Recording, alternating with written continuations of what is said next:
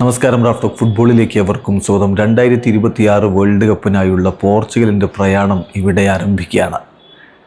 അവരുടെ world cup qualifier മത്സരങ്ങളിൽ ആദ്യത്തേത് സെപ്റ്റംബർ 6 രാത്രി ഇന്ത്യൻ സമയം 9:30 അർമേനിയക്കെതിരെയാണ്.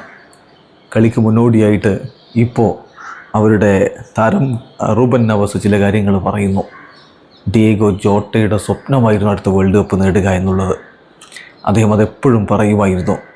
സോ ഞങ്ങളെല്ലാവരും ആ സ്വപ്നം സാക്ഷാത്കാരത്തിന് വേണ്ടി ശ്രമിക്കും. ഞങ്ങളുടെ എല്ലാവരുടെയും ഒരു ഡ്രീമാണിപ്പോൾ ആ വേൾഡ് കപ്പ് നേടുക എന്നത്.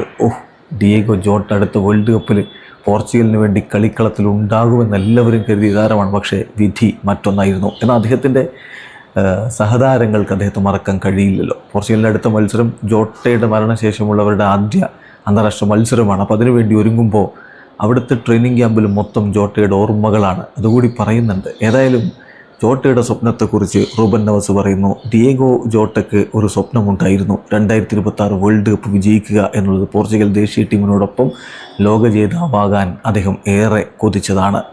അതുകൊണ്ട് തന്നെയാണ് ഞങ്ങൾക്ക് ഈ ടൂർണമെൻറ്റ് ഇനി സ്പെഷ്യലാണ്. അത് ഞങ്ങളുടെ മെയിൻ ഗോളായി ഞങ്ങൾ എടുത്തിട്ടുണ്ട്.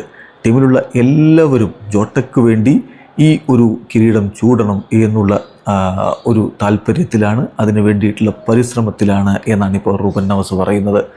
ഇവരുടെ ട്രെയിനിങ് ക്യാമ്പ് ആരംഭിച്ചിട്ടുണ്ട്. അതിനെക്കുറിച്ച് പറയുന്നത് ഇത് ടഫ് ഡേയ്സാണ്. ഞങ്ങളെല്ലാവരും അദ്ദേഹത്തിൻ്റെ ഓർമ്മകളിലാണ്.